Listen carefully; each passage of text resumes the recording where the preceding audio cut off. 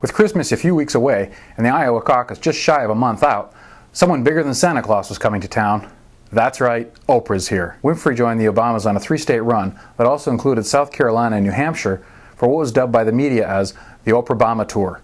In Cedar Rapids, people started lining up as early as 4:30 for the 7 o'clock event. With nasty weather outside, the crowd covered the floor and went high up into the nosebleed section of the U.S. Cellular Center. With seating capacity at 10,000, the arena was packed full for the main event.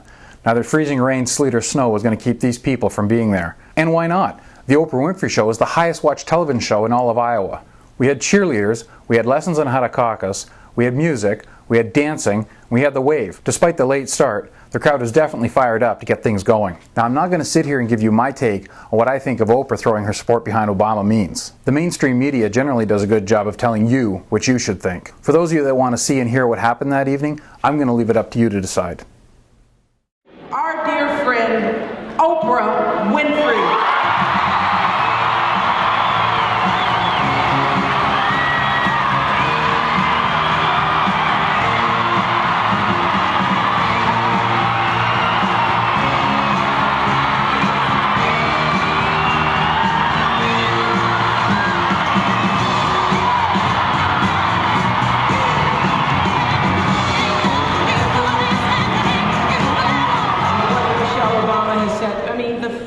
You all are out here.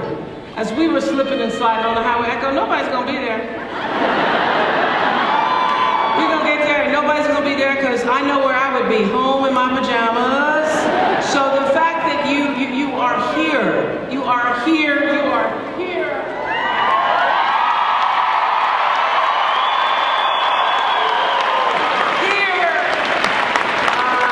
We thank you, we thank you. I've never taken this kind of risk before, nor felt compelled to stand up and speak out before, because there wasn't anybody for me to stand up and speak out for.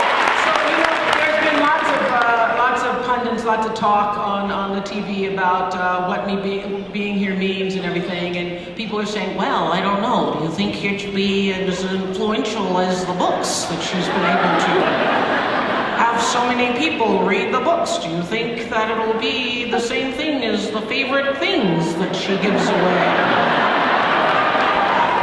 I have no cars, no refrigerators.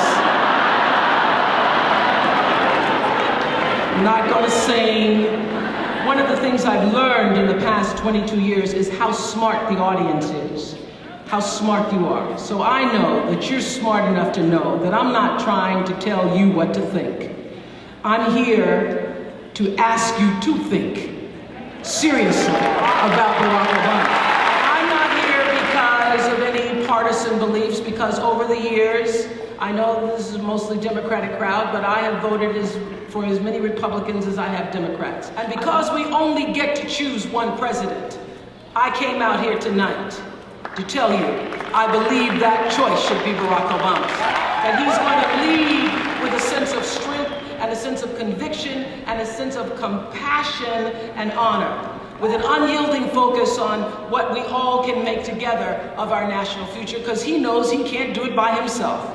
He knows he needs us to do it. What I believe we need is a new way of doing business in Washington. Quite frankly, I'm really quite tired of politics as usual. So I challenge you not to get caught up in all of this, what kind of experience has he had? Because he's been living a long time. And life gives you a lot of experience if you pay it. He's spoken out against our government's indifference to the poor and to political incompetence. And in the aftermath of Hurricane Katrina, he rallied against genocide in Darfur. And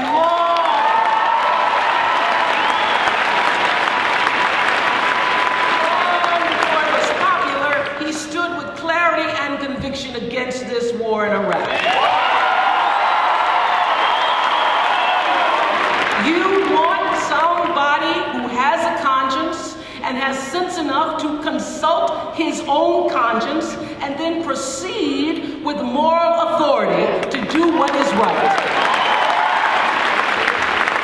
The truth is, we are the United States of America, but we have too many divisions the left and the right and the red states and the blue states. We need a president who can bring us all together. And one of the reasons why Barack Obama's candidacy resonates so purely with me is because I see that he sees the potential in all of us. He sees the potential in what you and you and you and you, all of us, can be. There are those who say that Barack Obama, they say maybe this isn't the time. Maybe we need to wait 4 more years or 8 more years. But I know you heard the people say it. The people say that. They say that he should take a gradual approach to presidential leadership. But I say this, no one is God. No one is God. And we don't know what the future holds. So we must respond to the pressures and fortunes of history when the moment strikes. And I do believe the moment is now. You know, everybody here knows I love books. And I'm not going to try to tell you about a book. There was a book many years ago that a movie was then made from the book. The book was done by Ernest Gaines, and the book was the autobiography of Miss Jane Pittman. Anybody here ever heard of that? Jane Pittman is this old woman who, as she would go from different communities from child to child, she would hold up the children and she would say, "Are you the one? Are you the one? We're waiting on the one." And I remember that scene. You remember that scene in the doorway where she's holding the baby in her arms and she looks at him and she says, "Are you the one, Jimmy? Are you the one?" But I think I found the answer to Jane Pittman's question.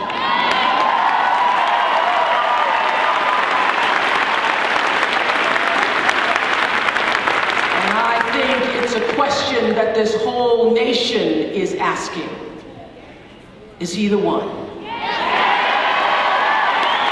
Is he the one? Cedar Rapids, I know he is the one.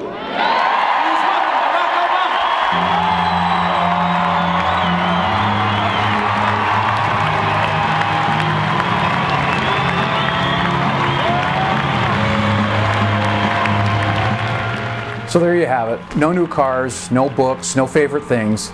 Just the most powerful woman in television telling you what she thinks of Barack Obama. Generally, celebrity endorsements really don't affect votes all that much. They're more there to draw people out to the events. Now, it's being reported that Oprah was brought in to go after 2 highly contested key groups, women and black voters. According to a recent Gallup poll, 81% of voters say that Oprah's endorsement really makes no difference in their decision-making process at all. With the January 3rd caucus less than 4 weeks away, polls in Iowa show that Obama has pulled slightly ahead of opponents Clinton and Edwards. After this past weekend, Obama now leads Clinton among women voters. A separate study shows that Obama leads her ever so slightly in South Carolina among black voters. National polls still show Clinton ahead with more than a 20-point lead. Reporting in Iowa for The Uptake, I'm David Howell.